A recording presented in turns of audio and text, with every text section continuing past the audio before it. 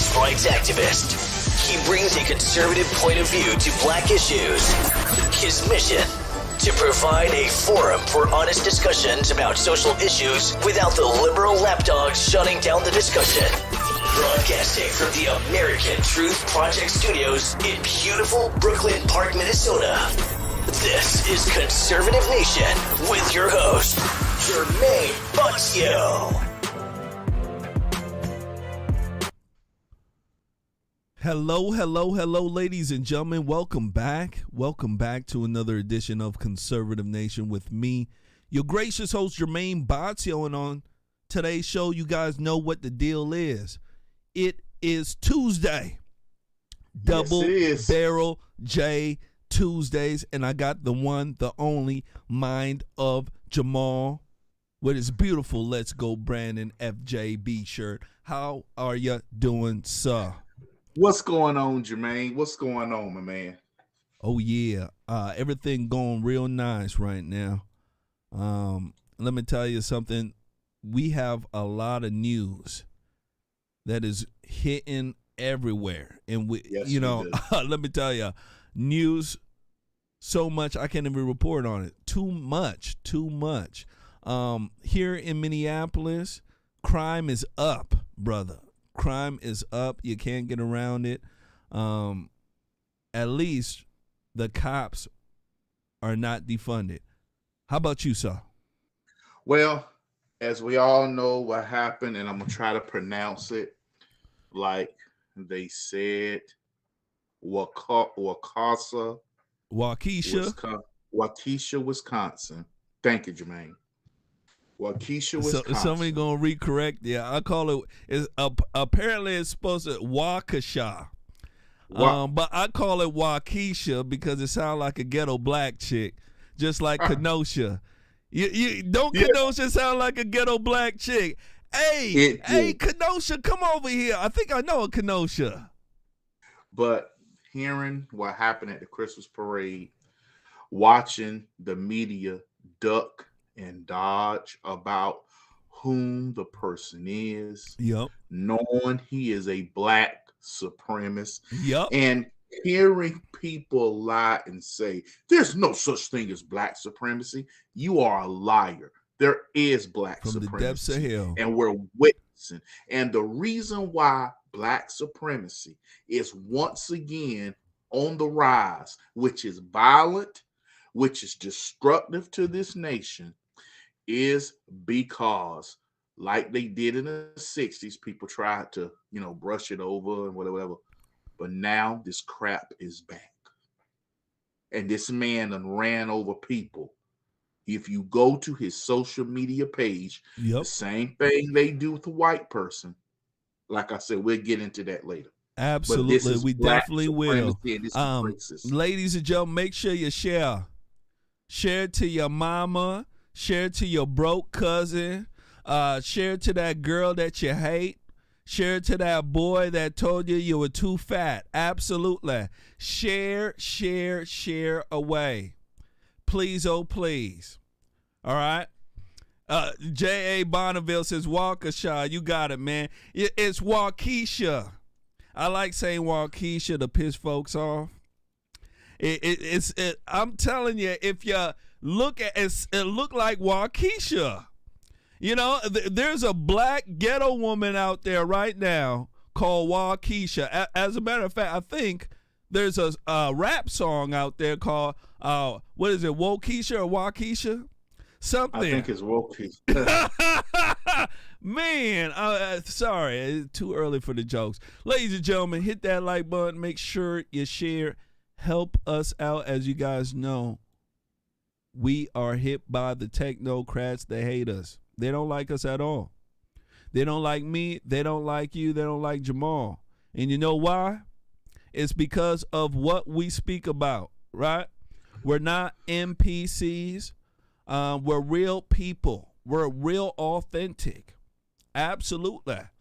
And they don't like folks like us that use what we call critical thinking, Jamal. They don't. No, they don't. They like dummies. They like liberals who are like trained monkeys. And we don't fit that bill. So we will be censored. I want folks to understand that. So we need your help. Hitting that like button, sharing, does something with the algorithms. I'm not a computer science guy. Let me tell you I know a whole bunch about computers. I went to school for law enforcement. I was in the Army shooting folks. Help a brother out. Hit that like button. Make sure you share. All right? Video sponsor of the night, shoptotheright.com. Let me tell you something. Helping American small business owners. If you are an American small business, right? Small business owner, somebody who has a product that they want to sell, physical, right? Let me tell you something. They want you. They want to help American small business owners. You guys know what's going on with this economy right now. Look at the Biden inflation through the gosh darn roof. I went to go pay gas earlier. $3.51, ladies and gentlemen. BP gas. Gosh darn it. Somebody better get on their knees fast. Do you understand? We need help, and we wouldn't be in this predicament if we were self-reliant. That's why it's important to support American business, small business owners. Go to shoptotheright.com. No monthly fee, no setup fee. They want to help you out. And they're really good. Let's go ahead and move forward. First one up, brother. Let me tell you something. Biden's America filled with crime. Crime through the roof. Let me tell you, everywhere you look, there's a crook on their knees thanking Biden. Let me tell you. Yes, really. You can't get around this. Not only Biden, but George Soros. Absolutely. People don't understand these district attorneys and judges that are in here. This is George Soros crap. George Soros all the way. Ladies and gentlemen, hit that like button. Make sure you share. Wrench Club. Katie Walker. Chris Paulin. RC. You know our little chat. After this show, we need a chat. Because I got a whole bunch of mugs that came in. Absolutely. And you guys are getting it.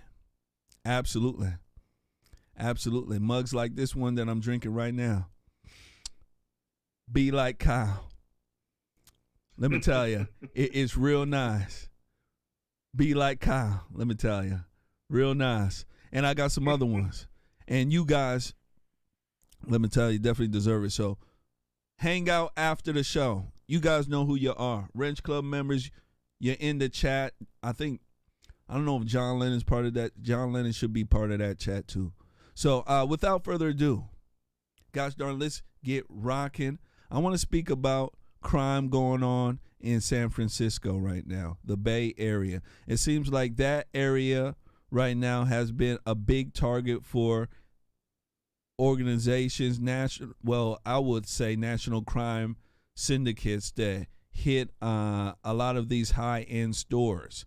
Nordstrom's, Louis Vuitton, Gucci, let me tell you, all getting hit by thieves. And I'm talking about groups of them, 10 to 20, running in there with hammers, breaking into stuff and running out. And let me tell you something, nobody is hardly getting caught.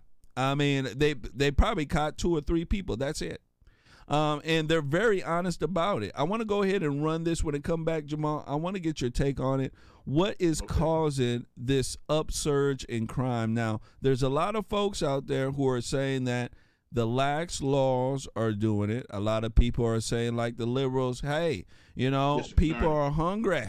It's slavery, and people like me are just saying, gosh darn it, we need to get them. So let's go ahead and try it, and let's go ahead and check it out. Here we go. Make sure you guys share. I need your help. I certainly do. Tonight we have new video. It shows a bold smash and grab at a Southland mall.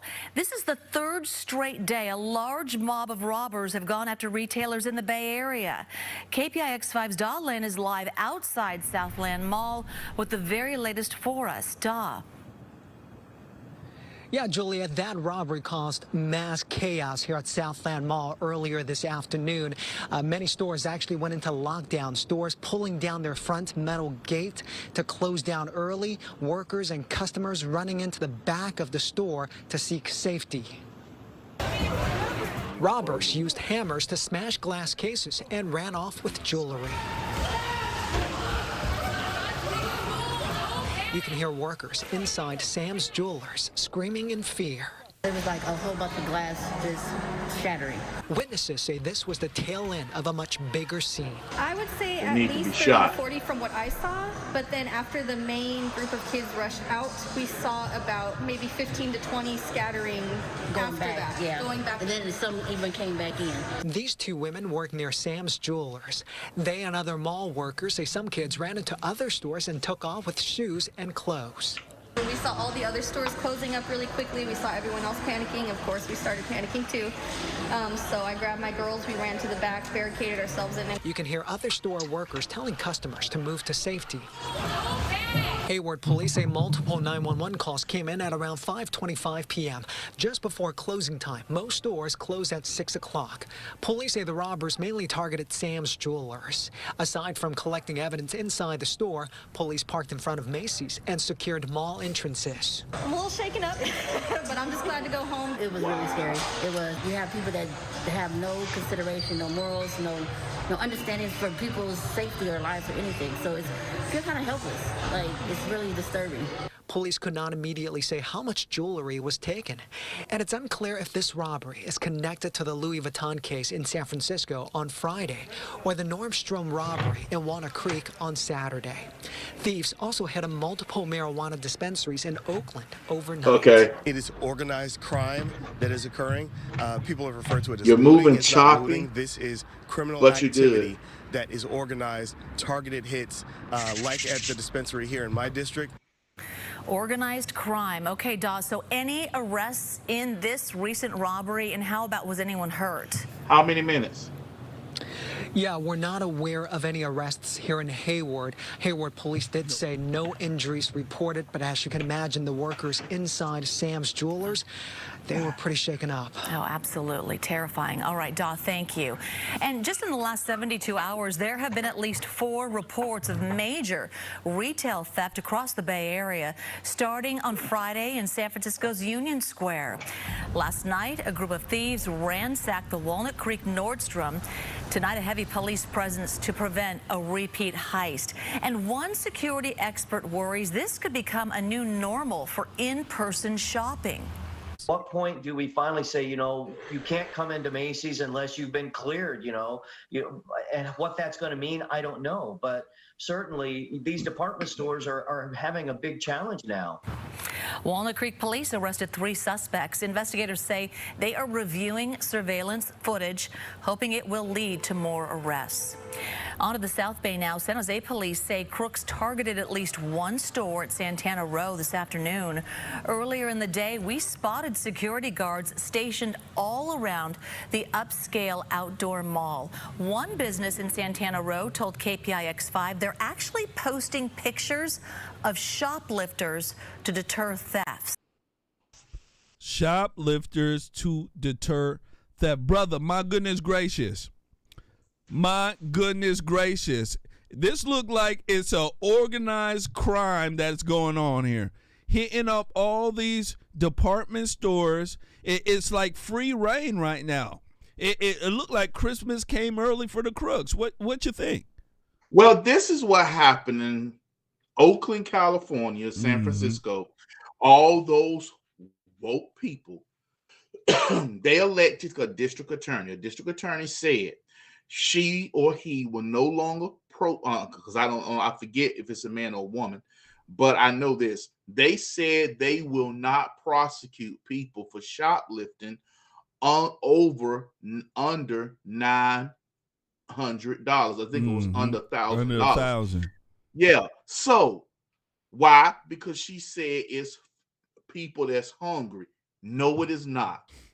The people that are shoplifting are thugs, drugs, dregs, and begs. Yep. That's who it is.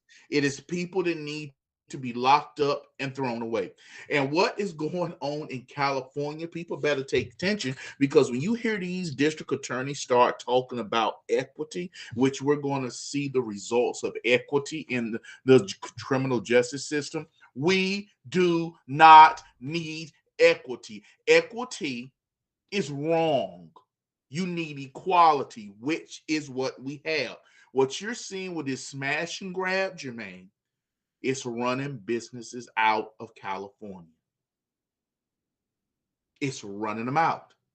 Because how can you stay open as a jewelry store or a hardware store or a little city trend store, hoochie mama get store? You can't even stay open in California as a hoochie mama get store. That lets you know things are bad. Absolutely. Really bad. Ladies and gentlemen, make sure you guys hit that like button. Make sure you share. I also want to give a warning. No links in the stream. No, let me say this again for the people who are out there so you don't get booted by the mods. No links in the stream. Now, if you have a retarded question like, hey, Jermain, how come you don't allow links in your stream, right? Let me go ahead and answer that retarded question because it takes people away from the show.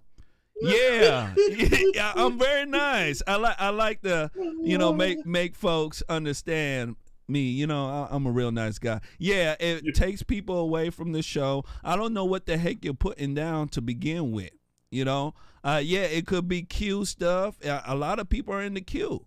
You know what I'm saying? I don't know. It's not verified by me. And on top of that, it's my gosh darn platform. So why would I allow you to just be dropping links like that? Yeah. So don't you do it. Don't you?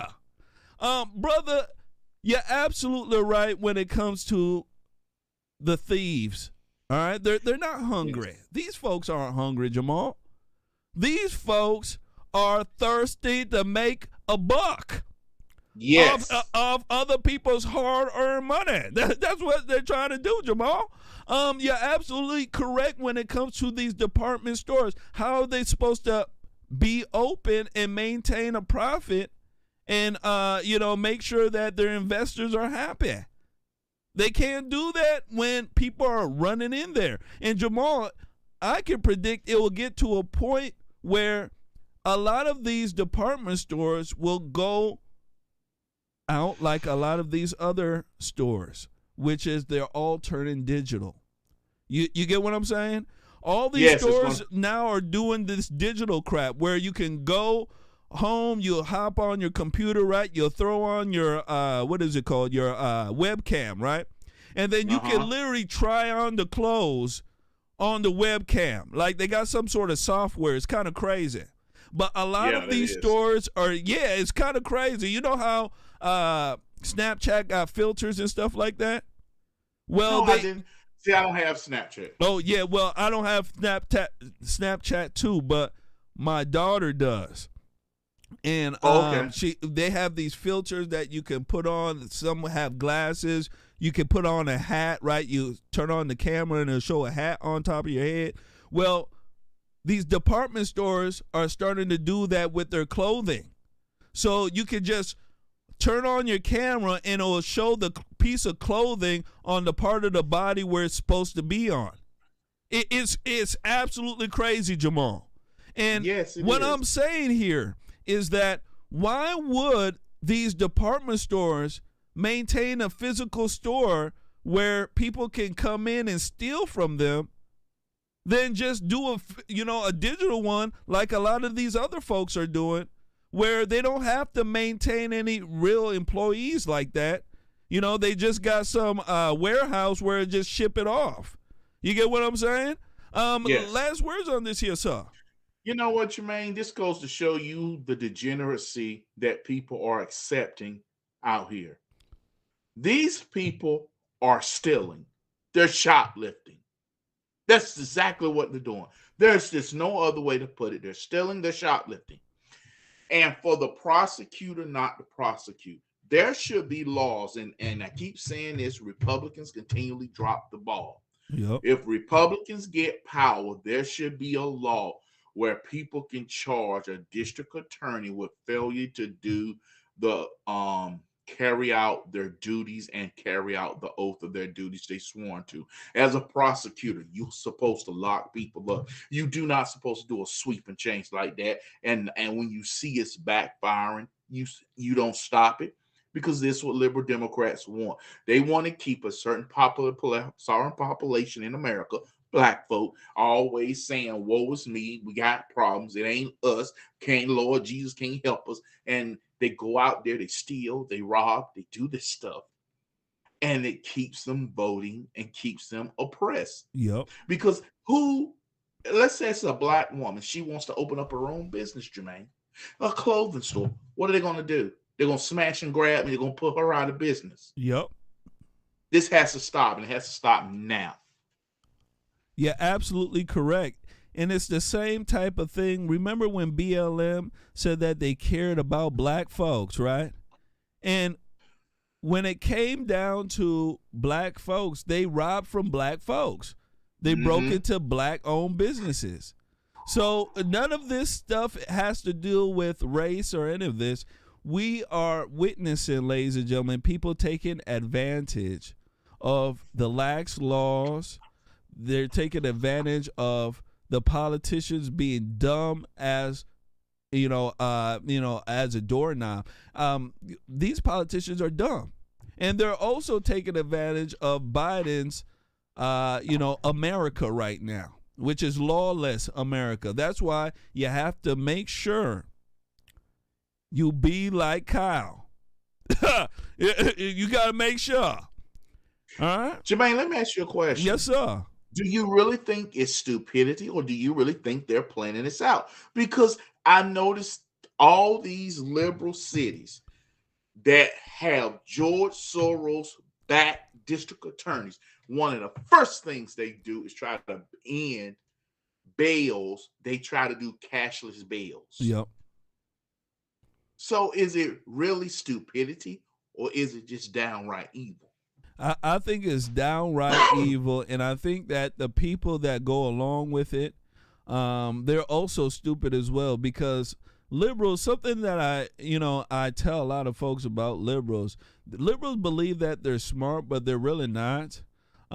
They think inside of one box. They're not really challenged on their thinking. So somebody's always programming a liberal's thinking. You get what I'm saying? So if somebody says, hey, we have 27 genders, they're going to retort that without even researching it themselves to figure out that it's a fraud. That's the way liberals are. So when somebody is doing stuff like this, saying, hey, we need to make a cashless bail and stuff like this, they're only going along with, the thought process, the thinking, really the ideology. Yeah. Liberals love following ideology. They don't follow common sense. They don't follow being pragmatic, reality. They don't follow any of that stuff. They follow ideology. When you look at even the administration right now, right? They put in female first. We're going to have a female first-led administration. We're going to have people of color here, this and that. All this stuff that they're doing, Jamal, right, is all based upon their ideology. That's it. It has nothing to do with common sense by picking the best person. Common sense would say, I will pick the best person. Ideology says, I will pick a black woman. You get what I'm saying? Yes, and see, Jermaine, people don't understand. That's that equity crap. Yeah. See, equity is really racism. Equality says, I'm going to choose the best candidate. There I you don't go. want to know your color. Equity says, I want to know your color. So tell me what's the difference in black folk getting equity today and what white folk got. Well, not all white people, but when racist, black people always, we shall overcome. We shall overcome someday. Okay, you did all that marching and stuff, but now you want to turn around and do that very same thing you marched against? Yeah, and it's like they want to get a gimme, gotcha, get you back type stuff, and that doesn't lead you to anywhere except for the dumps. Ladies and gentlemen, make sure you guys hit that like button. Make sure you share, all right? Next one up here, Jamal, I want to go ahead and speak about Waukesha, okay? People are saying Waukesha, I'll call it Waukesha. Sound like a ghetto black chick. Everything over there look ghetto right now. I want to go ahead and speak about this here. We have a black suspect here. He's a blood gang member. This is not being spoken about. He's also a black supremacist, a BLM supporter.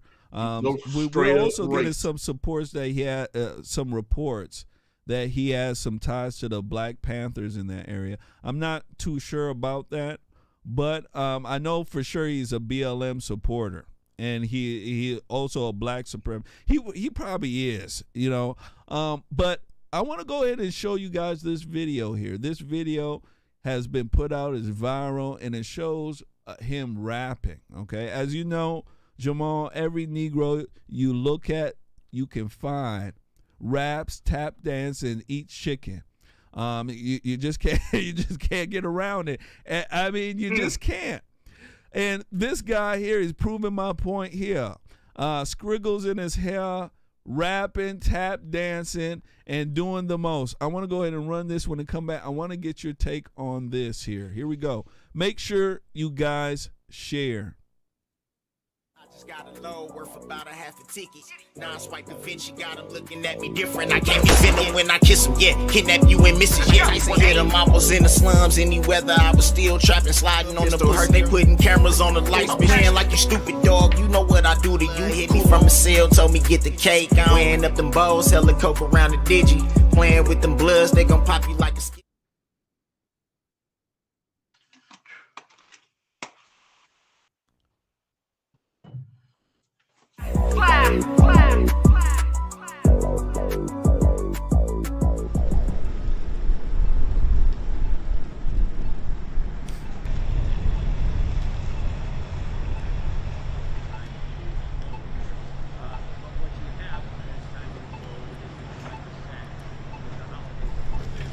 And I'm going to stop it right here. So, Jamal, we just got done seeing this Negro rapping.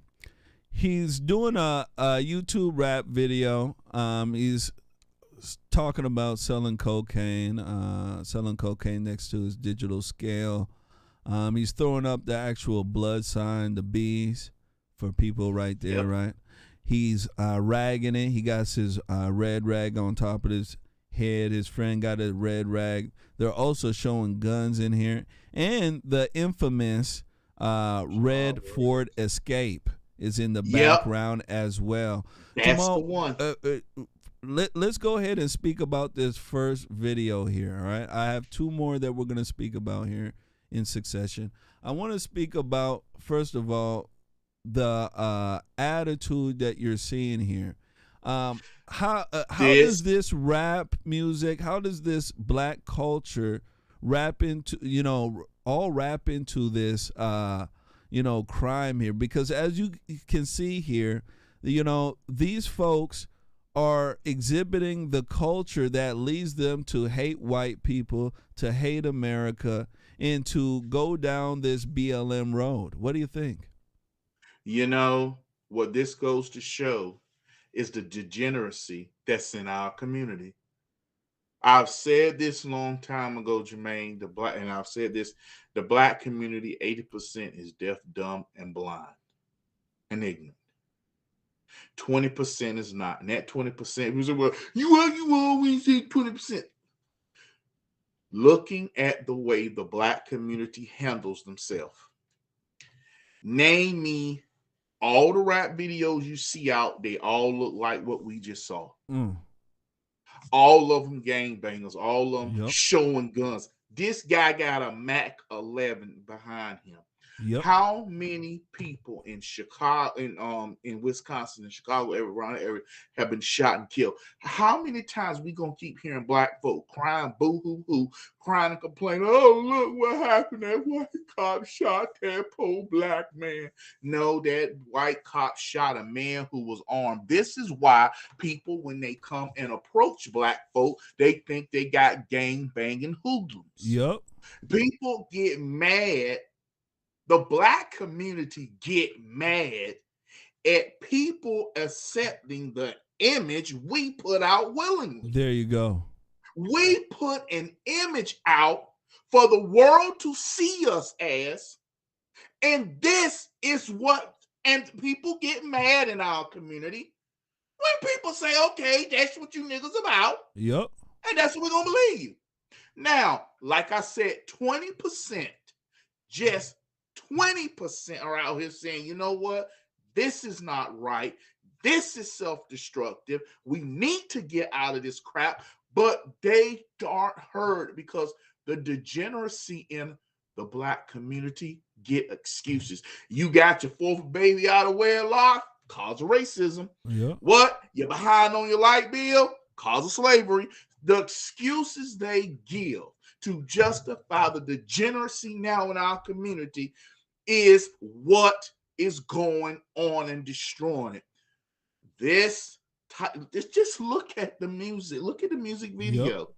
If they ain't acting like gang members trying to kill each other, they sitting up there acting like a bunch of I can't say what I'm about to say. I can only say that on Rumble.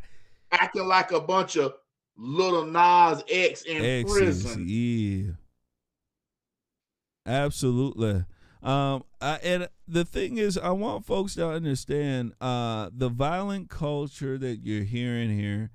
Him rapping, talking about selling dope, right? Him being a blood gang member. This should allow folks to understand that this culture leads a lot of young black Americans to be mad at the world. I want you to understand, this culture does nothing but make people angry. Angry and mad. Angry and down on life. Hating white people. Hating America. This is the main reason why I'm trying to get white people to see this. Because, Jamal, to tell you the truth, black rappers are surviving off white as money. Young white children are buying these rap Negroes albums. All right? The black kids, you know what they're doing? They're pirating it. They're stealing the album. You know, they're illegally downloading it. The white kid will go to his mama. Hey, mama, I need more money in my my Apple Music account. Yeah, Young Dolph just dropped a new album. I gotta listen to it. All right, I have to. Mama, F you, mama. F you, mama. I need it. I'm telling you, ladies and gentlemen, white folks out there, you better stop it. These Negroes hate you. Now, Jamal, I want to go ahead and show you this video here. Not a lot of people have seen it. It's the doorbell camera video, all right? There was a neighbor that had a doorbell camera. His house was approached by this man here, Darrell Brooks Jr. All right, Darrell Brooks Jr. fled the scene of the crime, and he was trying to get. Dumb bastard. Yeah, well, he's an evil man. Dumb bastard. That's what his name is. Because I'm willing to bet you money, his mama ain't married to his dad. 100%. But I think his name is Junior, so it may be. Yeah. But it may be one of them. She ain't married to him, so she still named him after the baby daddy. Oh, of course. Apparently, he went over there and tried to gain entry into the home. He was trying to use a phone to quote unquote call an Uber. He made up a lie to try to gain entry into the home because he was being chased by the law. I want you guys to take a look at this. A very evil man. Here we go.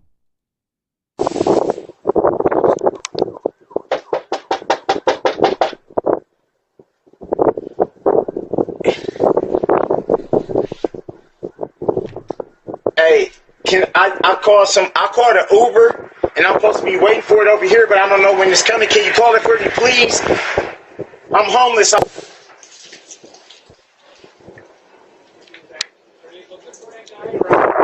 don't know. It's PM. Oh, yeah, for sure. Yeah. That's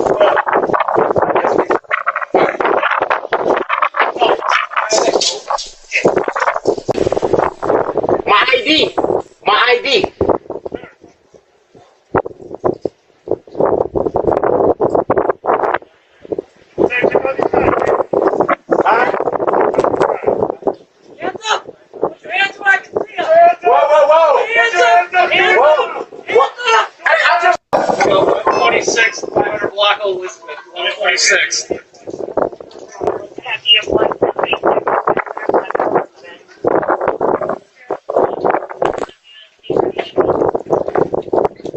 Hey, do you know this guy? Absolutely not. No. Okay.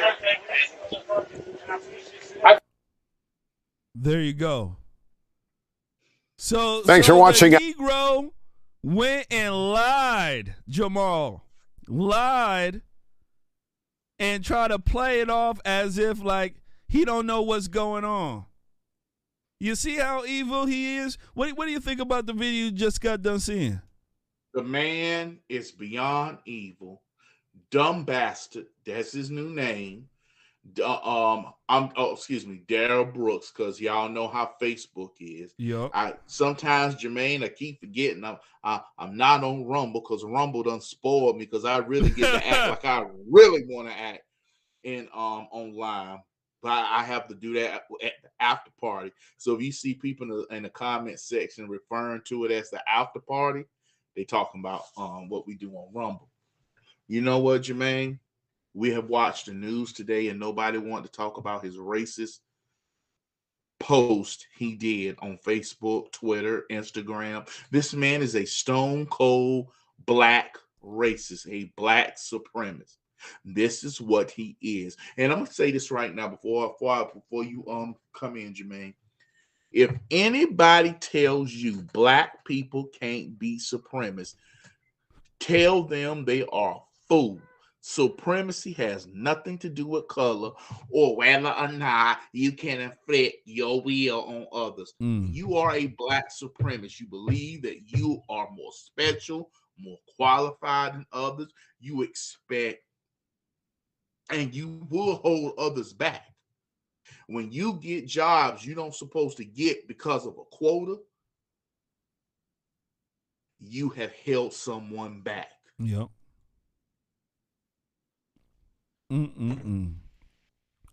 This shows you, in my eyes, the desperation and what this man will do just to get away with a crime. Now, I want to go ahead and play this video here. It deals with his long rap sheet.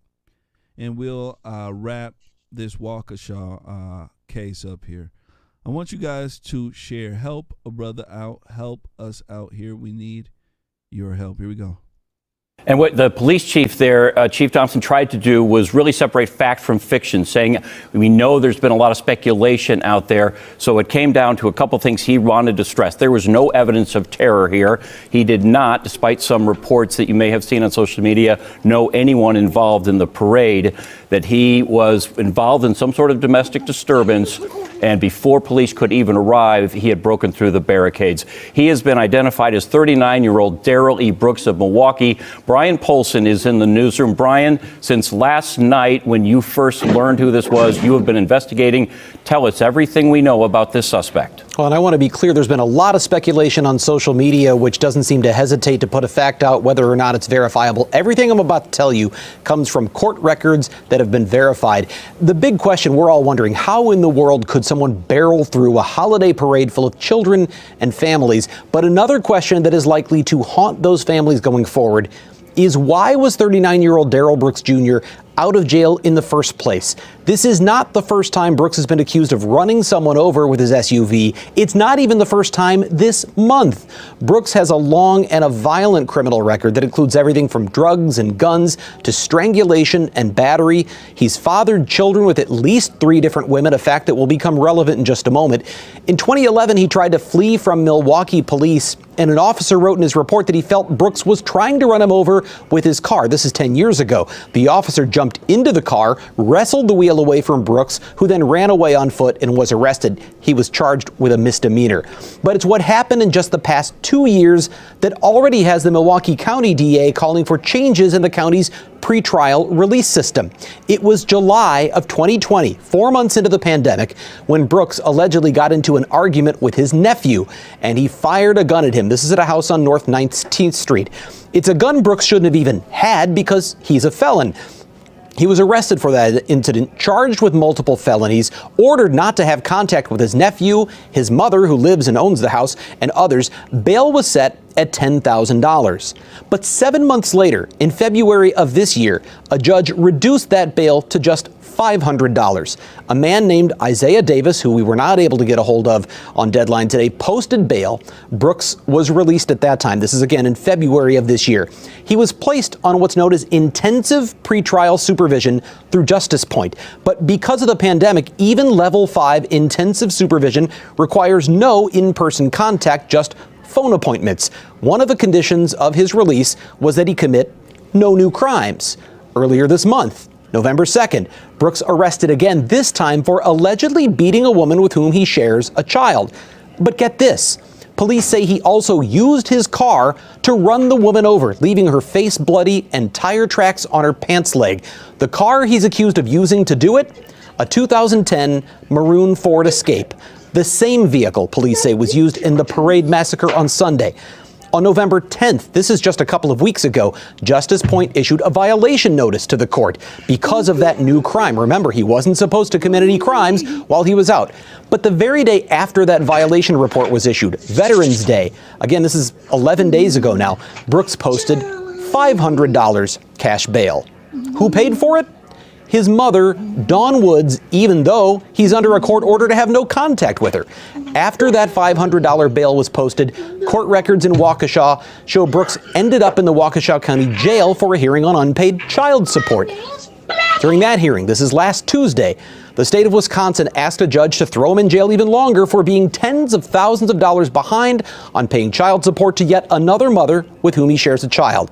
But instead, last Tuesday, November 16th, that judge released him on his own recognizance, setting a review hearing for next month. 5 days later, after he was released from Waukesha, Brooks is now accused of driving that 2010 Ford Escape through the Waukesha holiday parade, killing 5 people, injuring dozens more, and traumatizing a community for years to come. In the newsroom, Brian Polson, Fox 6 Investigators. Man, oh man. Jamal, you can't get away from this. This brother had chance after chance after chance after chance. He had chance after chance. You can't make this stuff up. What blows my mind is that we have Negroes in our society who are claiming that America is a racist place.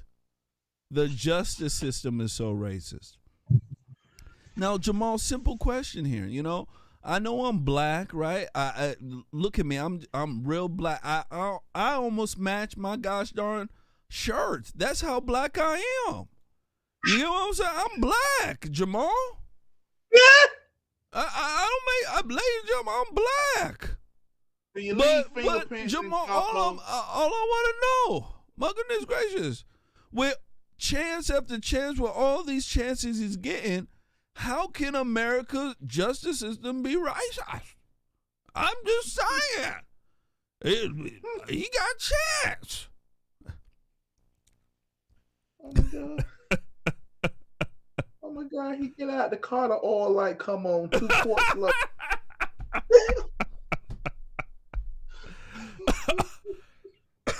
Oh, he walked that highway and somebody tried to lay him back down the road and the car done came up. You being so evil, Jamal. But I'm saying I'm black. He leaving I fingerprints don't make in this charcoal. stuff up. Shoot. Okay. Now let me say this real quick. This man is evil. And this is what happens. This, I want everyone, all jokes aside, I want everyone to take a look at what equity in the criminal justice system looks like. Under equality, people gave him chance after chance after chance. Equity put him back on the streets with $1,000 bond after he tried to hit a woman, his baby mama or girlfriend with that same vehicle. $1,000 bond he was put back on, all because of George Soros's equity district attorneys, because they're trying to tear America up. Yep. This is what's happening. This black supremacist, racist trash. Now, let me say this. If this was a white person that did this, excuse me, and had Trump stuff all over his social media, had while he hate George Floyd and all the, I mean, just white supremacist stuff. Do you think we would not have heard he was a white supremacist, racist, evil person by now? But since he's black and now he is undermining everybody pushing that equity crap, now nobody wants to talk about him. This is what equity in the criminal justice system looks like. Let me say it again. This is what equity looks like in the criminal justice system, and you don't want it.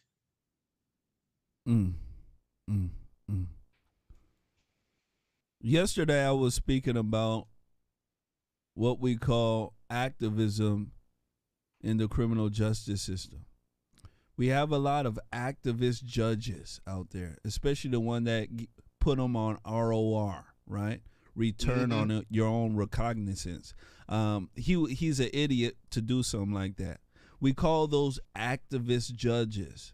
People who believe that once they get into a certain position, it's their duty, right? Their moral obligation to make a change, right? And this is done by what we call ideologues, people like liberals, right?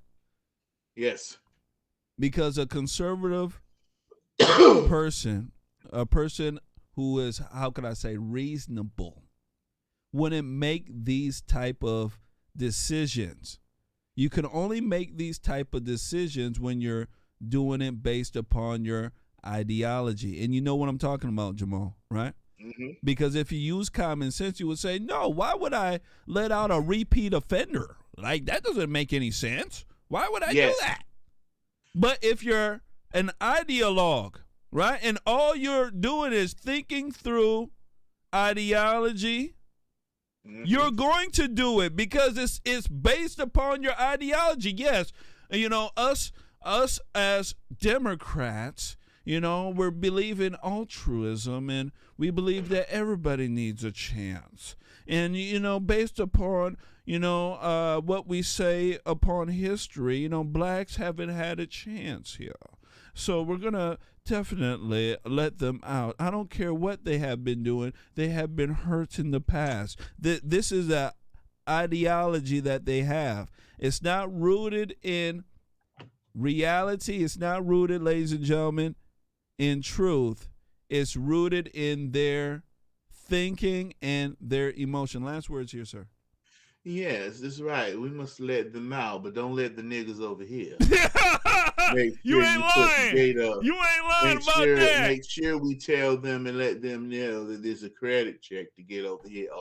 So they must have good credit, and we're going to read their credit. And their credit says, niggas, you can't live over here. But we will make sure you get out of jail on dime so you can burn and loot and hire my agency. And that's right. I'm down with the cause, but make sure you niggas don't move over here. You ain't lying. Excuse me, Mr. Peter. I saw you taking these people for a walk around. Yes, sir. Mr. Vanderbilt. I was trying to give him a chance to get a condo out here. Excuse me, so they look like ruffians. Sir, he's an aspiring rapper, and she works at the hair salon, sir. They look like they got the money. Them niggas don't have the credit, and that's all I'm going to say. Them niggas don't have the credit. See, that's what I'm gonna see. That's what liberals do. Liberals will live far outside the county, where they know the bus route won't take the looters. Where bus route can't reach. Far outside where the subway won't get the looters. This is evil. This man is evil, and everyone should be blasting this black supremacist is evil, but they're going to sit here and they're not going to cover and talk about it because he's black. What they are doing is starting a race war. Because let me tell you something. Every time they do this crap with black folk, they start doing this isn't equality. This is equity. So that means you're going to discriminate against someone else. You're going to hurt someone. You're going to take someone's job. You're going to criminally convict someone's brother, sister who's going to get hurt. And that white person is going to come after the black community and going to let it be known that he's hurt and he's angry. Watch it. By mid next year, you gonna see somebody snap and a whole bunch of black folk gonna get gunned down. And I mean absolutely. They're gonna go to the nearest hood and let off some rounds on a corner, kill a whole bunch of street niggas. And I ain't playing. Ladies and gentlemen, hit that like button. Make sure you share. Jamal, you're absolutely correct when you speak about them trying to start a race war, because I said this the other show and I'll say it again, and I'm doing this for white Americans. I know white Americans want to be able to say this. Don't you worry, I'm going to say it for you here. All right? I'm going to say it for you. White people can't go anywhere without niggas trying to kill them, Jamal. Let me say this again. White people can't even go to a parade without niggas trying to kill them, Jamal. Because they're being outrageous. Radicalized. Go ahead. Yes. Because they're being radicalized. Black community is being radicalized. I'm going to tell you something.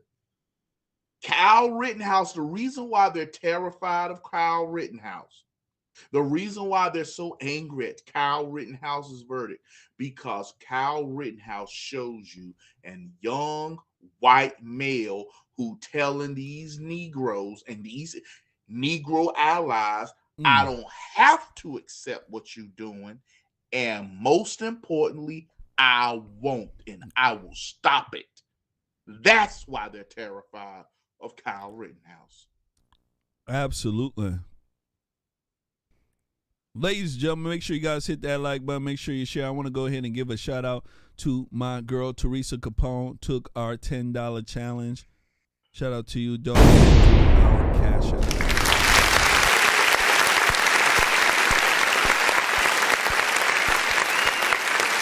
Absolutely. Shout out to you. Thank you so much.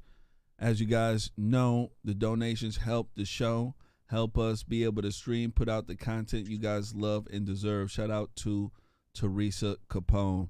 Make sure you guys hit that like button. Make sure you share. Brother, I want to speak about Ahmaud Arbery case. The jury deliberation has began. I want to run this video. When I come back, I want to speak about it. There are some developments in this case here. Here we go. Just about 5 hours ago, a jury started deliberating the fate of 3 men accused of murdering Ahmaud Arbery in a southeast Georgia neighborhood. We have live team coverage tonight, beginning with Hope Ford outside the Glynn County Courthouse with an exclusive interview with one of the defense attorneys. Hope?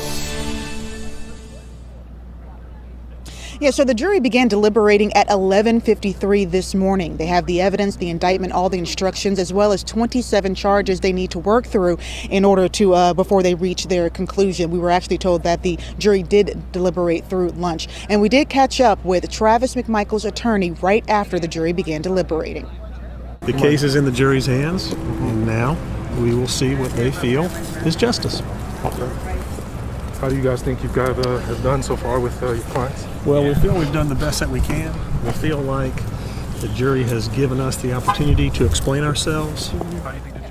Greg McMichael's attorney said they didn't want to comment at the time. Now, we did catch up with Roddy Bryan's attorney. He wouldn't answer many questions about the trial itself, but when we asked about the possibility of an appeal should the jury find Bryan guilty, here's what he had to say. An appeal, we're going to win. I don't know what y'all are talking about. Roddy's walking out of that courthouse today. Now, before deliberations, the state finished their rebuttal to the defense's closing arguments. At one point, the defense interrupted and asked for a mistrial because they felt prosecutor Linda Dunikowski wasn't presenting an accurate description of the citizen's arrest law. The judge denied that motion, saying that was just the state's interpretation of the law, and the jury would consider the law as he would later read it to them. Now, in the end, Dunikowski said the jury should really consider if Ahmaud Arbery would be alive today if the McMichaels and Roddy Bryan didn't stop him. What right did they have to stop Ahmaud Arbery? What right did they have to go ahead and demand a fellow citizen stop and talk to them? And then use pickup trucks to try and cut him off and force him to be detained right there on Burford? None whatsoever. And when the judge was reading the charges to the jury, he said, and these are just my words summarizing here, he said basically if they find that one of the defendants provoked an action that led to a felony or the death of Arbery, then the jury could find those defendants' actions were unjustifiable. Now, attorneys will have a 10-minute heads up once the jury reaches their conclusion. My goodness gracious, Jamal. Another one here. So the defense attorneys asked for a mistrial. The judge denied it. And this was based upon the interpretation of the citizen's arrest law. Remember, ladies and gentlemen, I told you it would come down to the citizen's arrest and them being able to prove if they were able to see him in a commission of a felony, which it doesn't look like they were able to prove. But besides all that, Jamal, we also had another development. The defense team there spoke about the high-profile pastors that were coming through. Yes. Over 100 pastors came, and what he was speaking about, Jamal, that did not get, in my eyes, brought in, was that these pastors, people like Jesse Jackson and Al Sharpton that were in the courtroom, brought intimidation into that area. And the judge himself, he said that he didn't believe that, him being there somehow is causing intimidation, which blew my mind. What do you think about this case here? And also, what do you think the verdict may be in your humble estimation? I wouldn't be surprised if it's a hung jury. If it's not a hung jury, a guilty. Okay.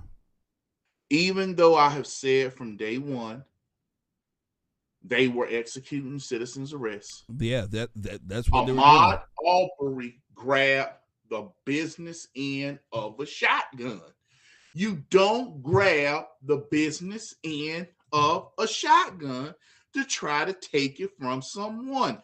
Let me repeat myself.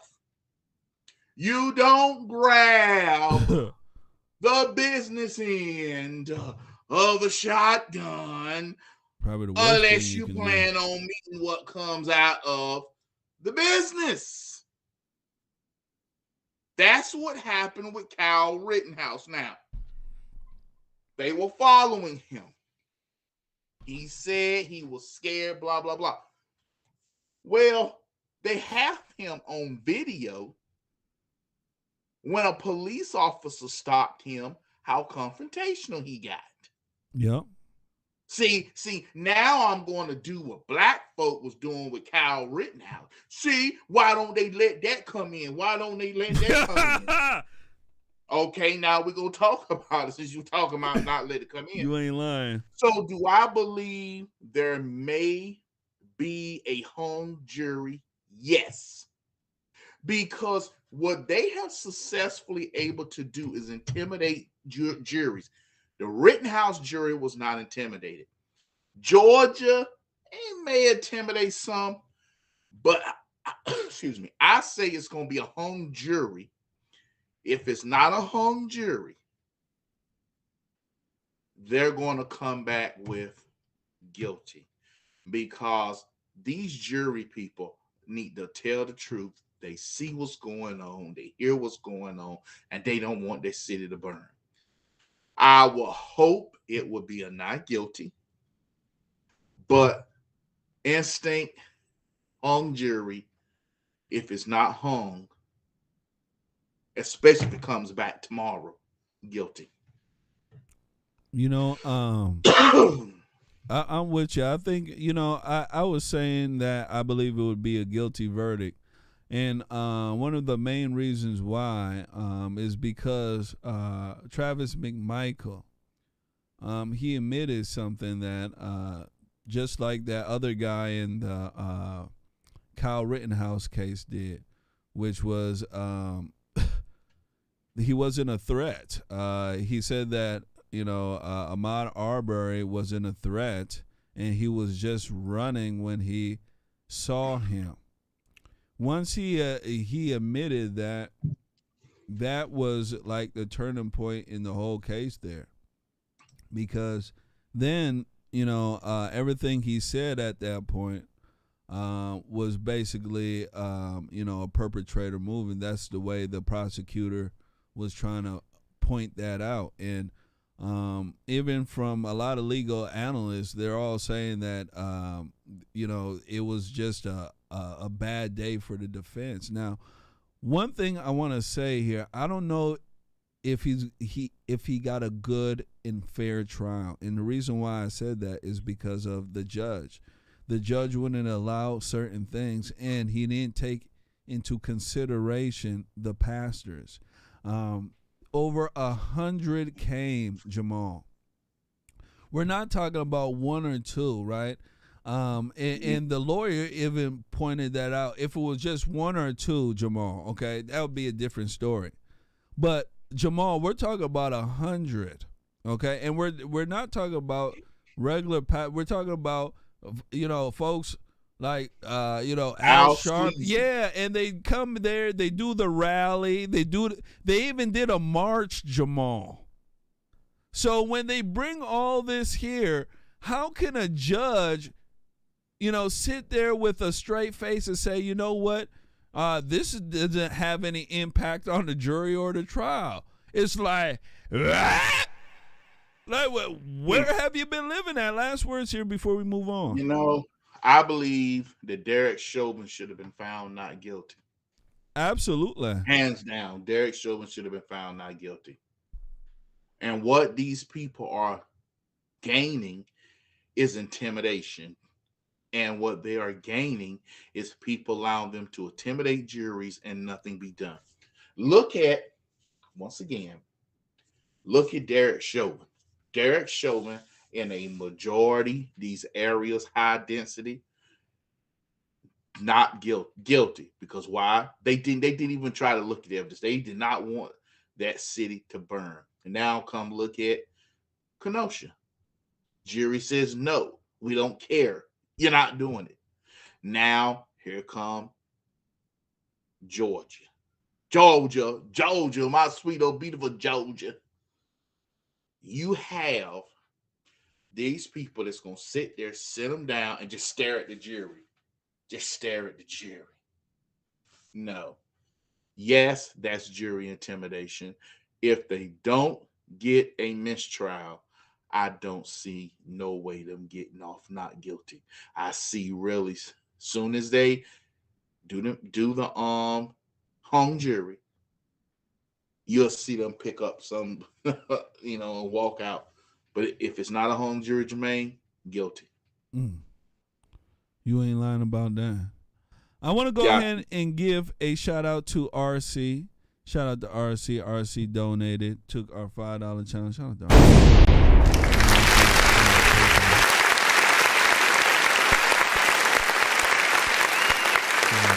Shout out to brother RC. Brother in arms. Ladies and gentlemen, make sure you guys hit that like button. Go ahead, brother. I also would like to thank RC for his kindness and generosity, his donation to the page. RC, I really do appreciate it. Last night, we had another Puerto Rican dude who called in.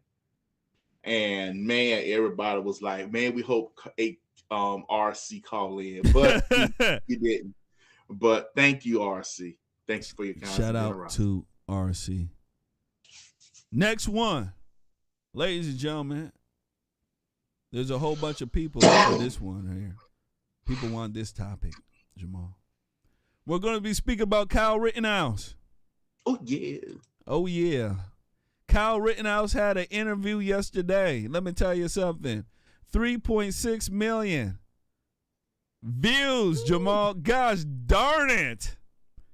3.6 million views. That little white boy is hot. Hot like fire. Like fire. And let me tell you. And Jamal, let me tell you something. In this interview, he spoke about a lot. We ran part of the interview here yesterday. A lot of folks liked the interview. One thing he said in this interview, Jamal, that a lot of people didn't get to see, but I'm going to show you guys here. He spoke about Lynn Wood. Oh, yeah. A lot of folks out there like Lynn Wood.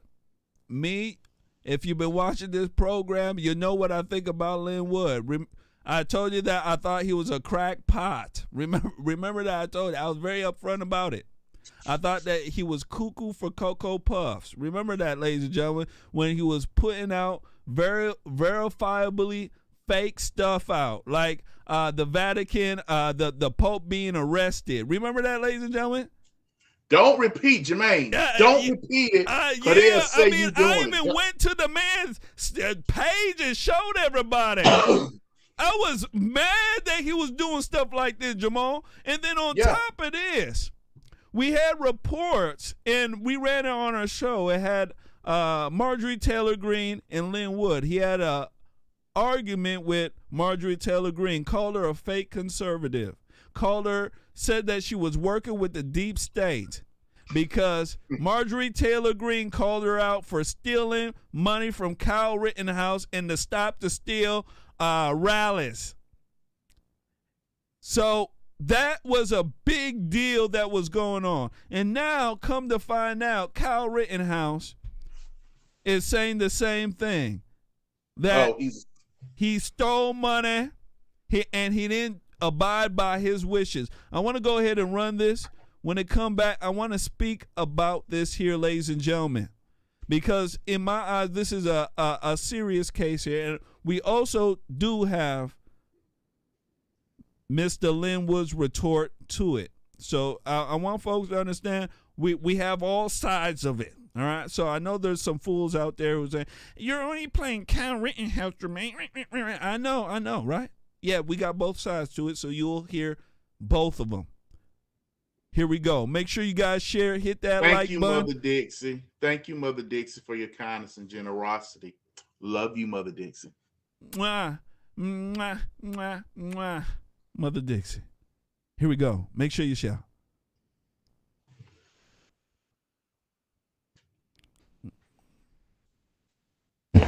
How long were you there?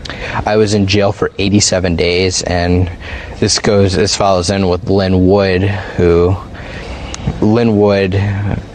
was raising money on my behalf, and he held me in jail for 87 days, disrespected my wishes, put me on media interviews, which I should never have done, which he said, oh, you're going to go talk to the Washington Post, which was not a good idea.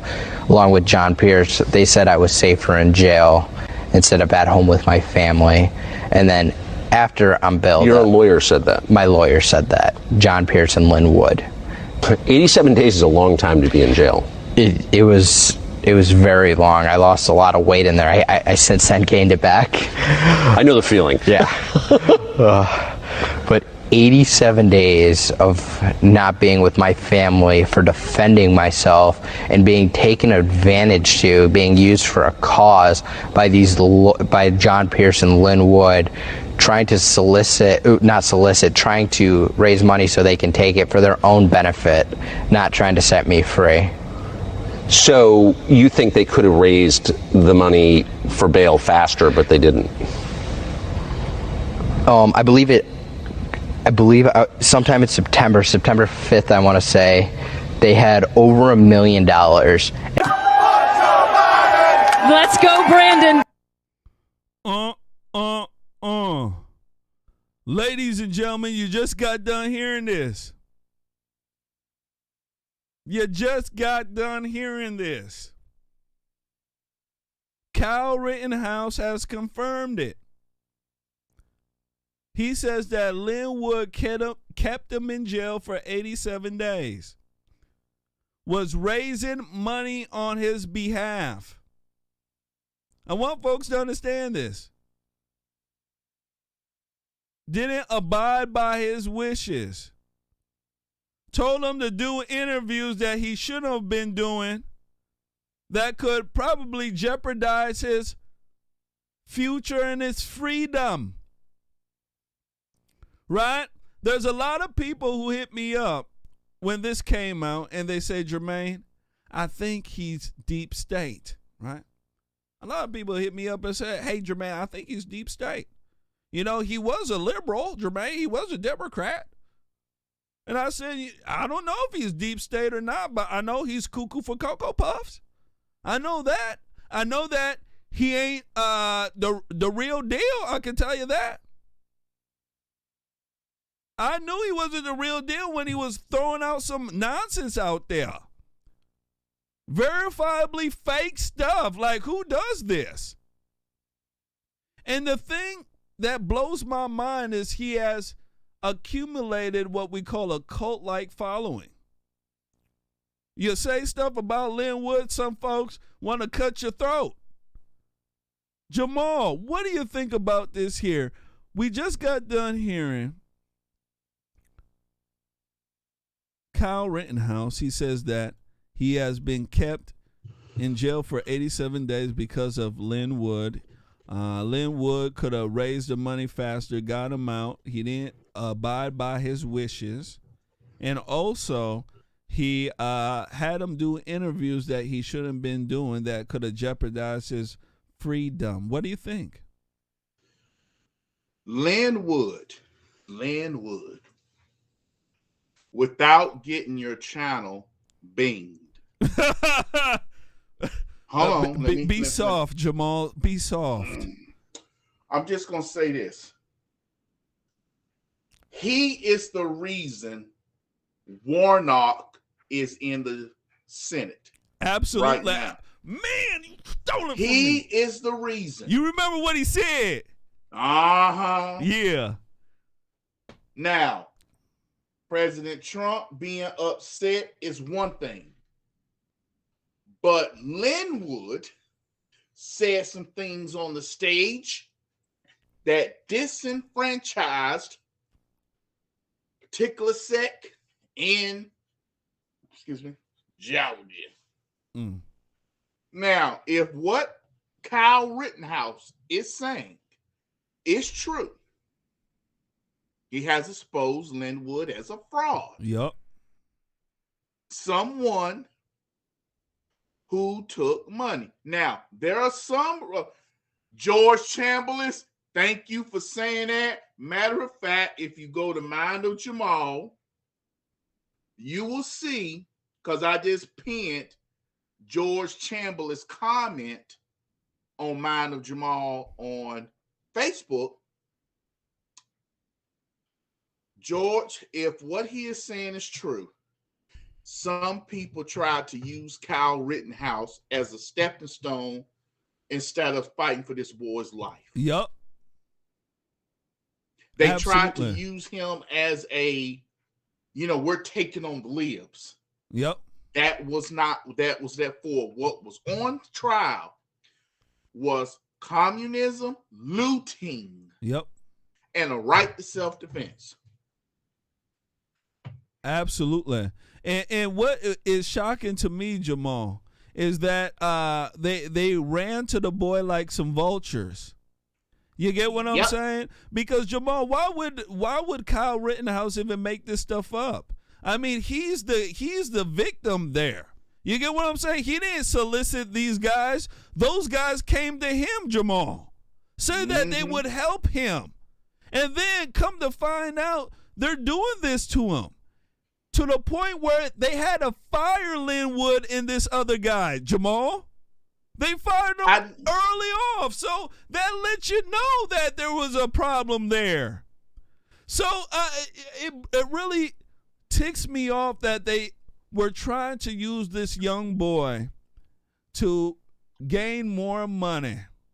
And the Stop the Steal, Marjorie Taylor Greene pointed it out with the Stop the Steal. She said that she believes Stop the Steal Linwood was using that to rake in money. When she said that and pointed out Kyle Rittenhouse had a problem with him, Linwood called her deep state. Once he did that, Jamal, it X'd him out completely, because once you start calling folk deep state, the deep state, you're already, you're deep in the zone right there. Now, Jamal, I'm gonna be fair. I'm a fair guy, as you guys know. Jermain like to be fair, right? Genuine, authentic. We're gonna run Mr. Linwood. He was given an interview, I believe, from the Daily Beast. They interviewed him, and he had some comments to say about Kyle Rittenhouse and what he said about him stealing his money. All right, stealing the donation money coming in to help him out. I want to go ahead and run a little bit of this. When it come back, I want to get you guys' take on this. I want you guys to listen to Linwood, the way he talks, and then the way that he tries to flip this interview. I want you Christians out there to understand, too. One thing, you got something to say, Jamal? Yeah, I just wanted to thank Miss Lolly Ryder and Yvette Roman. Miss Lolly Ryder and Yvette Roman, thank you for your kindness and generosity to the page through PayPal. Thank you. And I want to thank Mrs. Stephanie Moses Hayes for the blessing you gave to the page. Thank you for your kindness and generosity, Miss Stephanie Moses Hayes. Thank you. Shout out to Lowly Ryder. Shout out to you, sweetheart. And shout out to Mother Dixie. Shout out to both of y'all. Let me go ahead and give y'all one of these here. Hold on real quick. I'll give you one of these.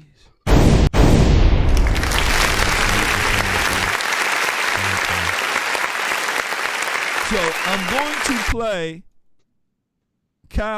not Kyle Rittenhouse, but what's that stupid guy's name? I'm getting old here. Bow, Linwood. Man, I'm telling you, it got to be later. I'm getting old. One of the two. And when it come back, we're gonna speak about it. All right. I want you, I want you guys to listen to how he's talking, how he is trying to flip a lot of these questions here, and one thing else, how he uses Christianity to try to throw folks off. There's a lot of people who do that, right? When you catch them in a lie, you know what? That's not a good Christian. Do you know Jesus? Jesus wouldn't be doing this. Those type of folks, you got to watch out for them. Here we go.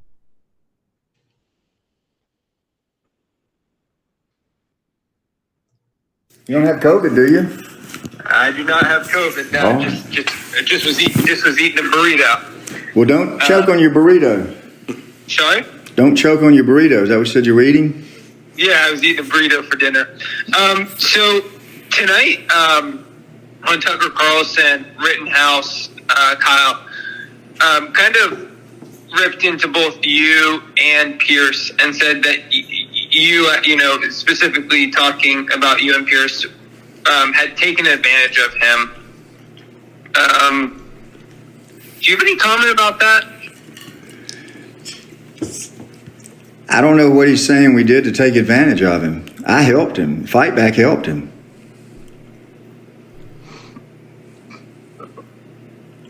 What is he saying I did wrong to take advantage of him? Well, did you see the interview on Fox? I did not when it was aired. Is it aired tonight? Just tonight, yeah. I've heard about it, but I didn't hear any. I didn't pay attention to the details. Okay. Well, he claims that you took advantage of him. Is that? I don't know what that. I don't know what he's talking about. Fight Back helped him. We raised $2 million for him that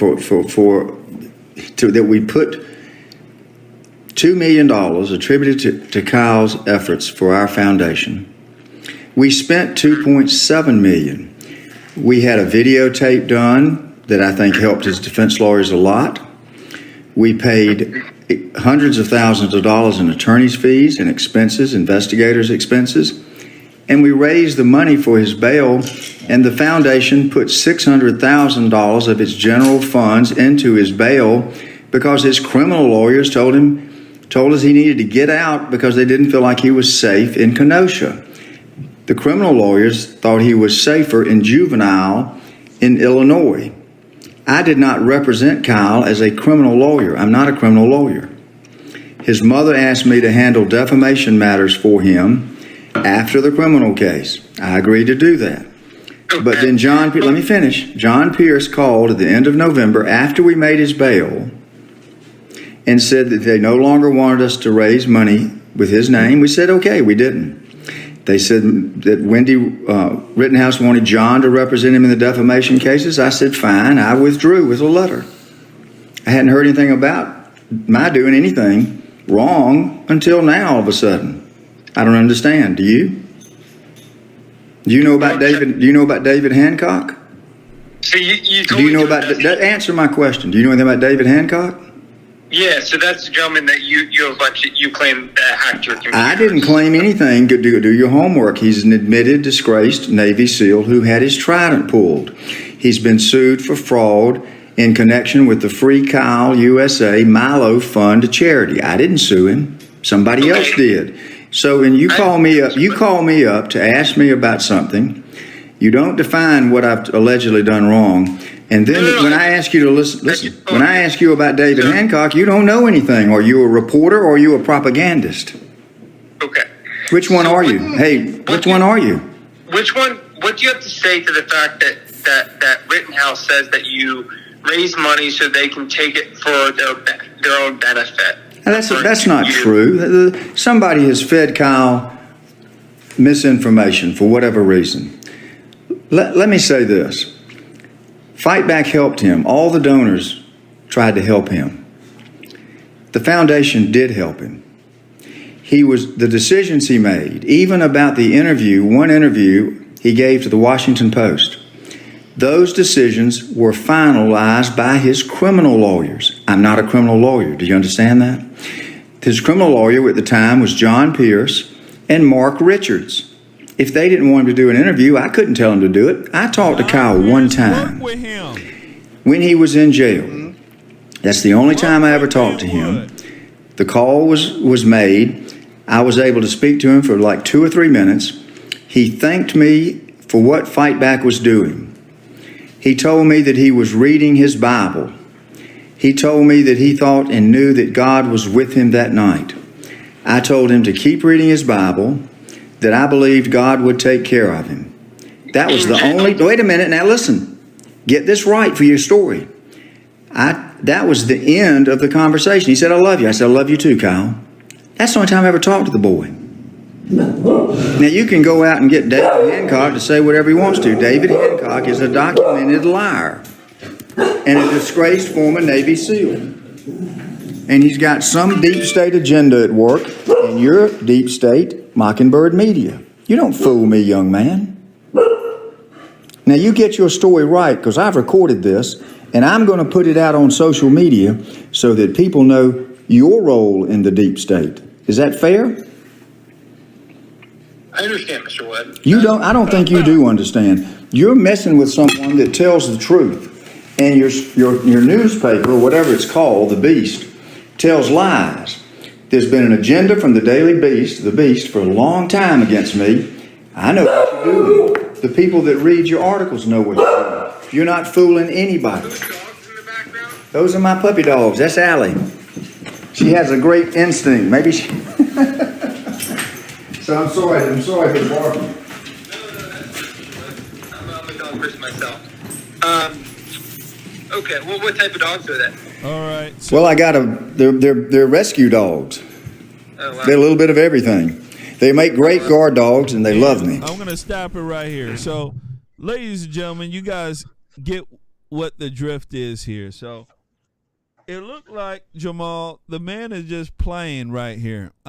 He say, she say, but I don't believe Kyle line. John Pierce and Lynn Wood work hand in hand together. This is nonsense. That, hey, I didn't have anything to do with the criminal defense. Brother, you were working hand in hand with him. Both of y'all got fired. Stop it. And then, Jamal, what do you think? I'm starting to get a migraine, pointing out some lies here. What do you think? It's the same way we say everybody who yell, they love God, ain't a Christian.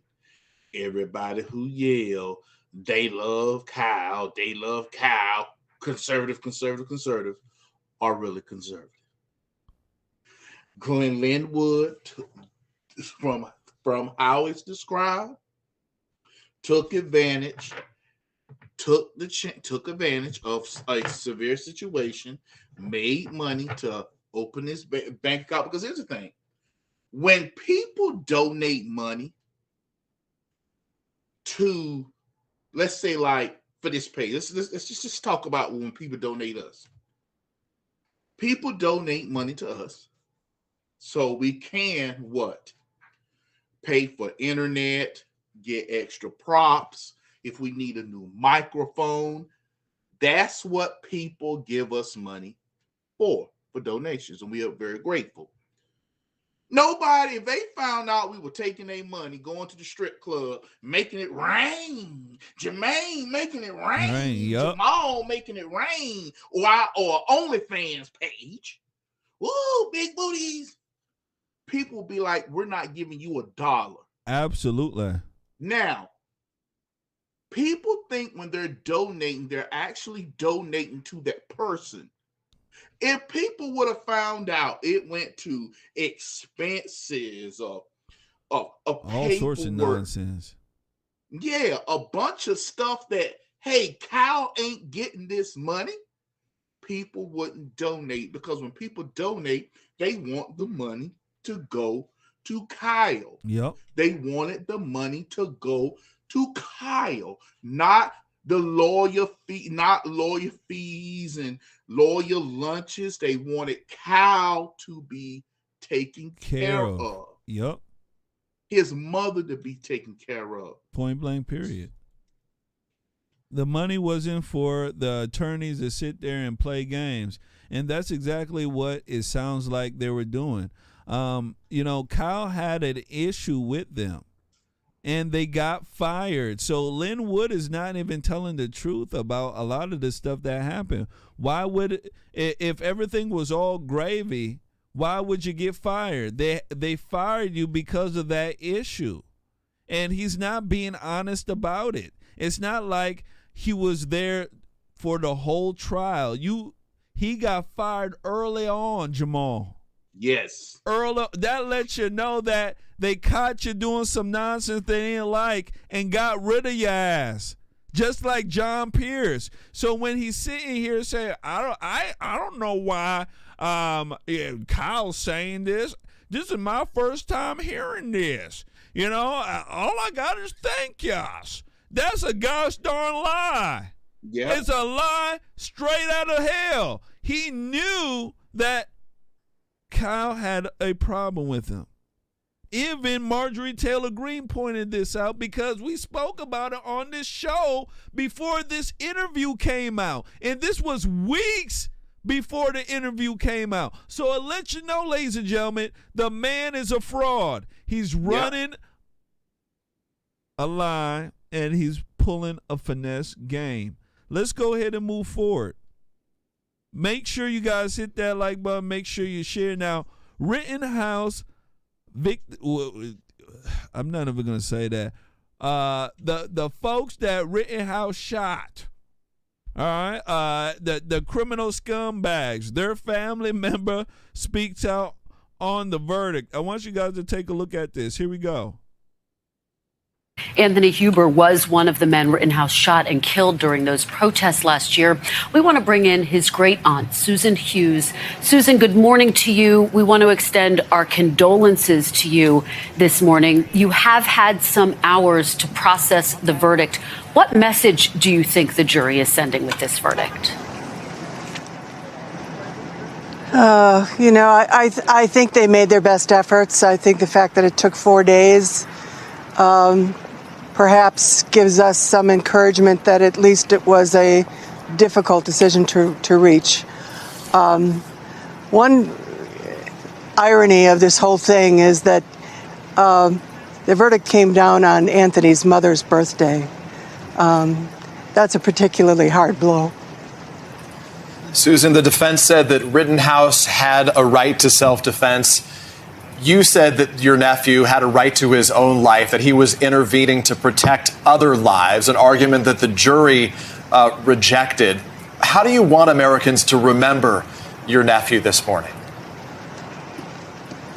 Well, I think, they rejected it because they stopped every attempt to say anything positive at all about any of the victims. None of them deserve the kind of treatment they've received on the wild web, and frankly from some of the national media who have different political views. I want Anthony to be remembered as a person who really was just trying to get on with his life after some early difficult years, and was making real progress in that regard. And if you have time, I actually, because I know your atmosphere in the morning is a little different, I'm tired of all the heaviness. I want to leave you with one little bit of a lighter note. In some of the photos you see of Anthony, you see he's wearing a cap, and it has the word bacon on it.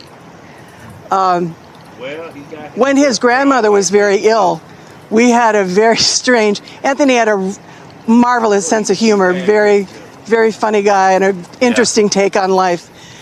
He's asked his grandmother how she, if you believe in reincarnation, what do you want to come back? What animal do you want to be? So I think that's his family member there. That woman was stuttering and coming up with an old ass story about a criminal. Brother, what you think about this here? Now, I understand that, Anthony Huber, the other folks there, they have families and people who love them. I understand that, ladies and gentlemen, but gosh darn it, this ain't the time here. What do you think about this here, Jamal? Anthony Huber, they're saying that he should have never been shot like this. You know what I'm saying? What do you think?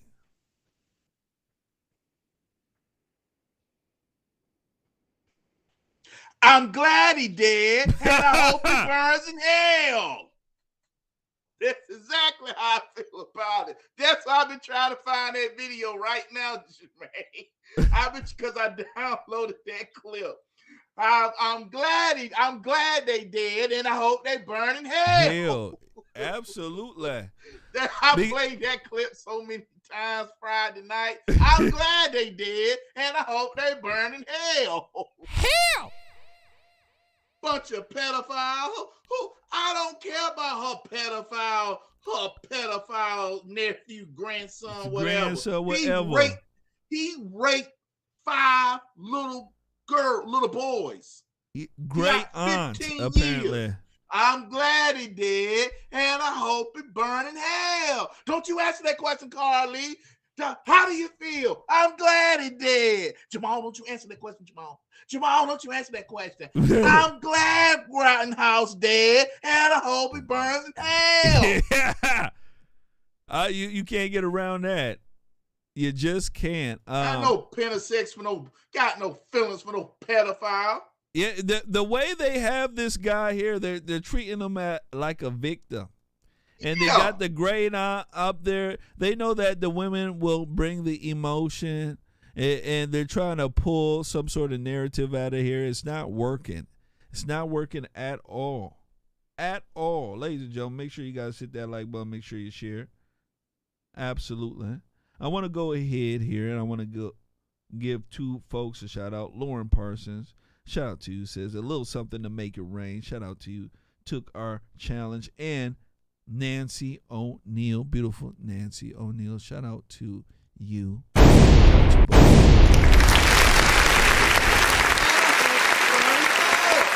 Absolutely. Every word of it too. Absolutely, they all need to. I want to go ahead here and let me pull this up here. Bingo bango, we got it here. Kyle Rittenhouse, he may be going after Biden. A lot of folks said that he has a good case for a defamation suit here. Now, Jen Psaki, she was asked about Biden and his comments on Kyle Rittenhouse. I want you guys to take a look at this. Shout out to Fox News.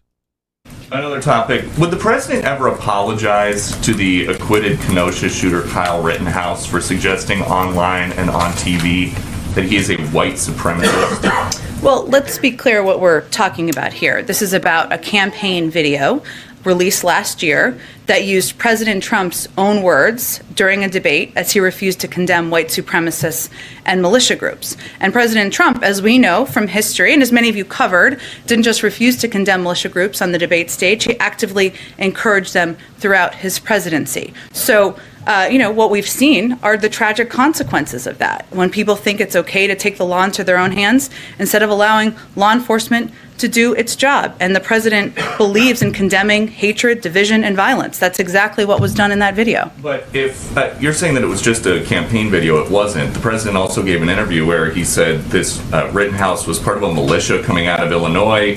Have you ever heard this president referring to Trump say one negative thing about white supremacists? These are all things, none of this was proven in the trial. And Kyle Rittenhouse is saying that the president had actual malice in defaming his character. Is that what happened here? The president spoke to the verdict last week. He has obviously condemned the hatred and division and violence we've seen around the country by groups like the Proud Boys and groups that that individual has posed in photos with. But beyond that, I'll leave it to his comments around the verdict. There you go. So Jen Psaki basically, doesn't say anything about it. Gives a pass to Biden. What do you think about this? Well, here's the thing. What he should have did today was when he got her on that stand. Can you hear me, Jermain? Yep, I got you. Okay, when he got her up there, he should have said, when he was quick to say about Kyle Rittenhouse being a racist and a white supremacist, what does he think about Black Lives Matter in this case today going on Mr. Brooks, who hit people? Do he think Black Lives Matter is a racist group, or does he think he's a black supremacist and a racist? See, I like Peter Ducey, but sometimes Peter Ducey can be a little wishy-washy. Yep, He should that's have called true. her outright and said, well, what do you think about what happened in Waukesha, Wisconsin? Yep. Do you think that's black supremacy? Clearly his Facebook page points to it. Do you think it's racist? Make her say she don't believe black people can be racist, or she don't believe black people can be supremacists. Get her on record saying that, and you will see people really dump this daggone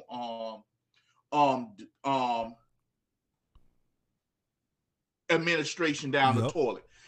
Make her admit to what she believes. Make them admit to that woke crap. They have to, because we need to pin them on these type of things. It's so crazy that they can say these things and then act as if they didn't say them, or it's not a big deal. It is a big deal because you put the kid's life in danger, and you are broad brushing what you call white supremacy. It's the most dumbest thing that they're doing, but yet they're trying to get away with it. We need to pinpoint them, and we need to make sure that they are exposed for this, because they're an evil bunch of folks. Now, there's a whole bunch of evil folks in this, what we call January 6th committee, all right? This January 6th committee right now has basically subpoenaed, not basically, but they have subpoenaed Alex Jones and some other folks. It looks like this January 6th committee is looking to get everybody and their mama's mama that they can. I want to go ahead and run this. When they come back, I want to speak about it. Make sure you guys share, hit that like button. We need your help. Here we go. All right, good evening, everyone. We begin the readout tonight with breaking news from the January 6th committee, which has issued subpoenas to 5 more people involved in the planning of the so-called Stop the Steal rally, including marquee names like conspiracy monger Alex Jones and Trump confidant Roger Stone. Other subpoena targets include rally organizers Dustin Stockman and his fiancée Jennifer Lawrence, as well as current Trump spokesman Taylor Budowich. Alex Jones stoked the big lie for months on his radio show and was instrumental in helping Trump pull off the rally at the Ellipse. As the Wall Street Journal first reported, he was key to its financing, helping to secure a large donation from the heiress to the Publix supermarket chain. He later said the donation covered 80% of the total cost. The committee also cites a video in which Jones says he was directed by the White House to lead the march to the Capitol, where he was told that Donald Trump would meet the group. In other words, he was literally given marching orders by the Trump White House. Here's that video. The White House told me 3 days before, we're going to have you lead the march. The Secret Service, before Trump finishes 30 minutes before or so, will lead you to a point, take you out of the front row, and lead you to the place where they want you to start the march. And Trump will tell people, go, and I'm going to meet you at the Capitol. Okay. Meanwhile, the committee's subpoena, Roger Stone, notes that he was in D.C. to speak at rallies in support of Trump and also solicited donations from supporters to pay for security for his appearance at the Stop the Steal event. As the New York Times reported last winter, 6 people associated with the Oath Keepers served as bodyguards to Stone just before they laid siege to the Capitol. At least one has since been arrested.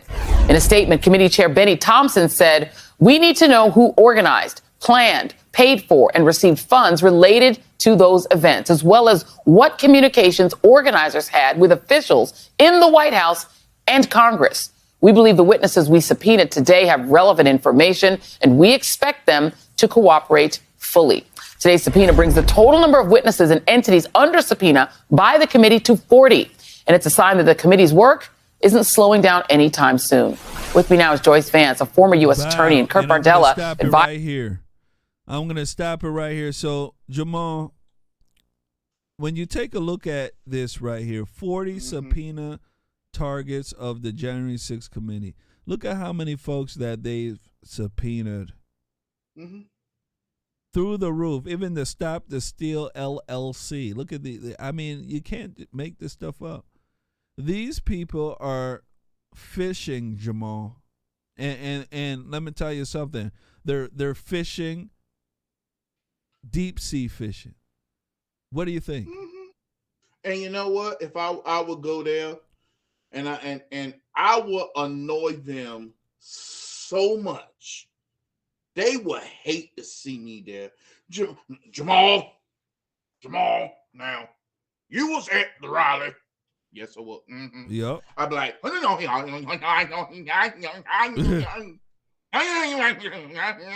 I would go mocking them so bad.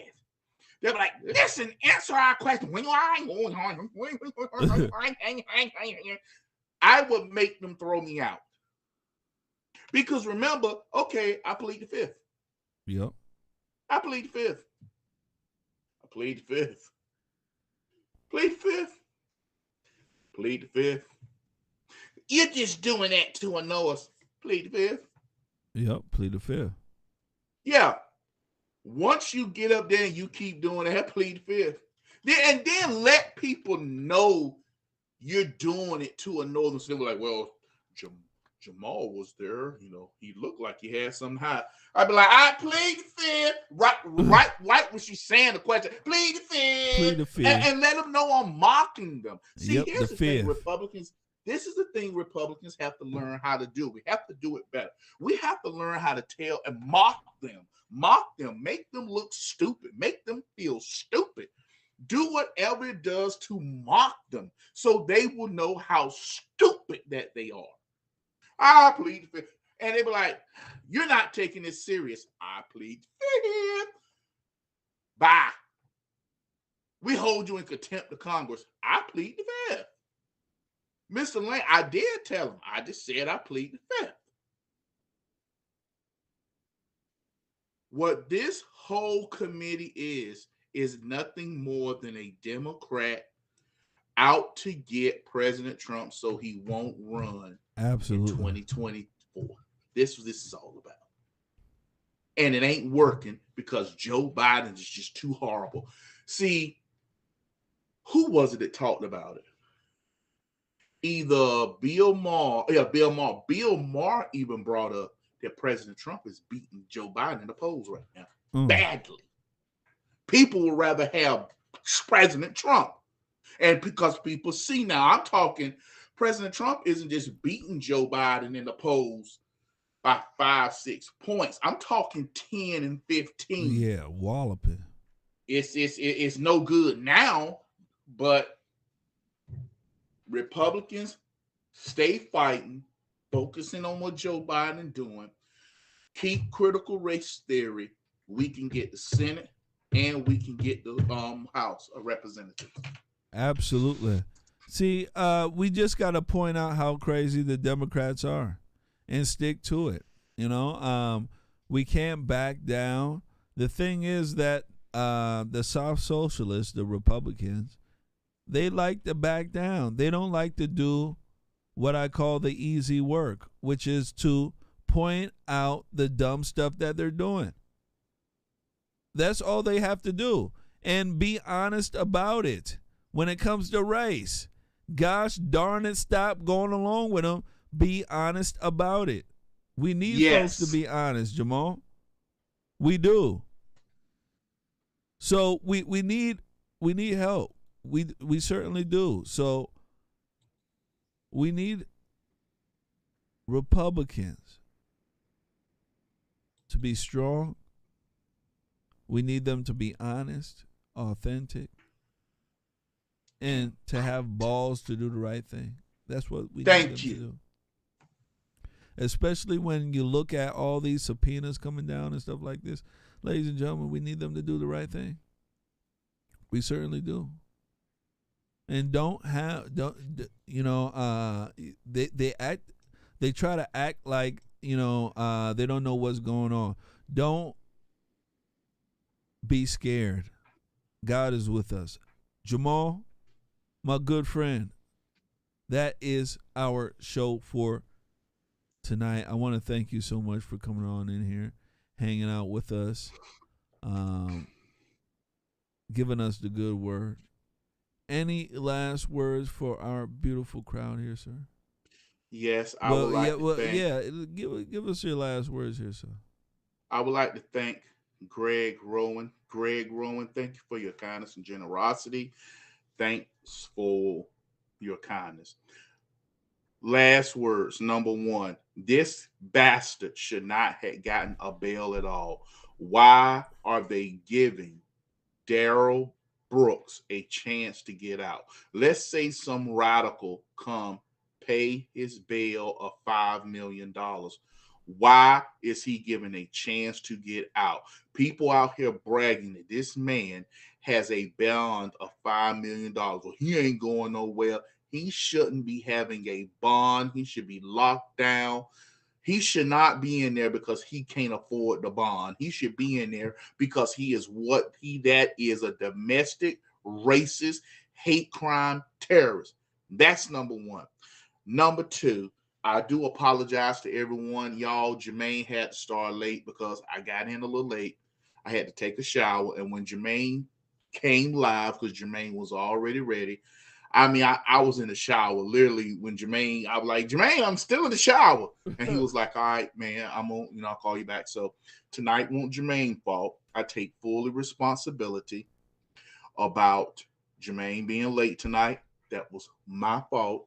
I do apologize that, but tonight I had to run thermostat wire. I had to run a whole new line of thermostat wire from the thermostat to the outdoor unit.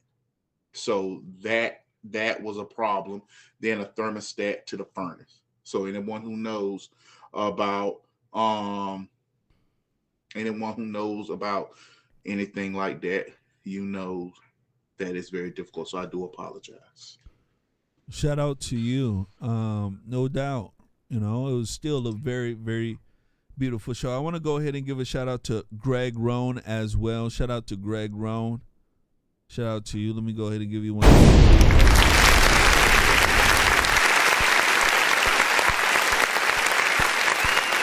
Absolutely. Shout out to you. Shout out to you. I want to thank everybody for coming on in here, hanging out with us. Very, very beautiful show.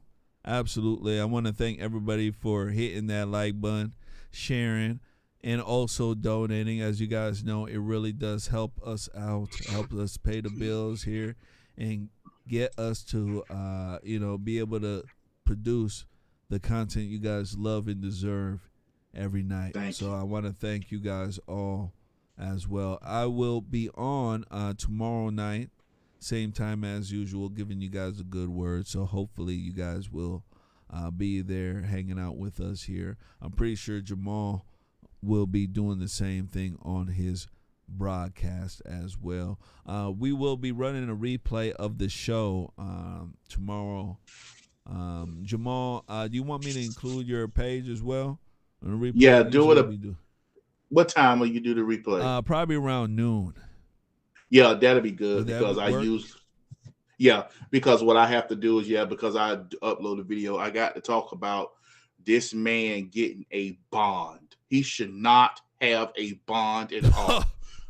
He's a racist. He's a black supremacist. And I'm on tomorrow morning, for those for my video tomorrow morning, I'm going to do a truck rant, morning truck rant about black supremacy.